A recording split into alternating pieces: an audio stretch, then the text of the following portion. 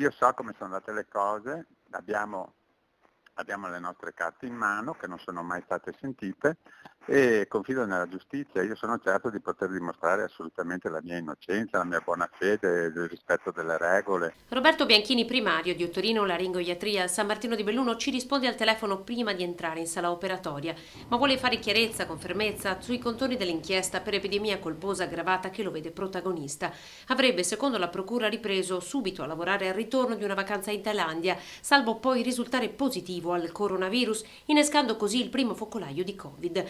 Una versione che il primario si dice sicuro di poter ribaltare. A quel tempo non c'era ancora l'obbligo dell'uso delle mascherine, non era obbligatorio né consigliato, salvo momenti specifici in cui tutti noi le usavamo. Nessuno qui, noi non avevamo mai visto un malato, ci aspettavamo che il malato di Covid fosse uno con l'influenza, col mal di gola, con la tosse, col raffreddore, mentre io non avevo nessuno di questi sintomi. Conferma di aver visitato senza mascherina mentre nega di aver contratto il virus in Thailandia. Sono sicuro che la malattia l'ho presa in ospedale nei giorni precedenti alla mia positività. In Thailandia, nell'isola dove sono stato io, il primo caso, lo trova su internet, l'isola di Koh Samui, è stato il 26 marzo, c'è scritto su internet, basta digitarlo. Un contagio poi che non rispetterebbe i tempi clinici del virus. La sua positività è emersa con tampone dopo 2 settimane dal ritorno dall'isola di Koh Samui. La procura aveva chiesto per Bianchini anche la sospensione della professione per 3 mesi,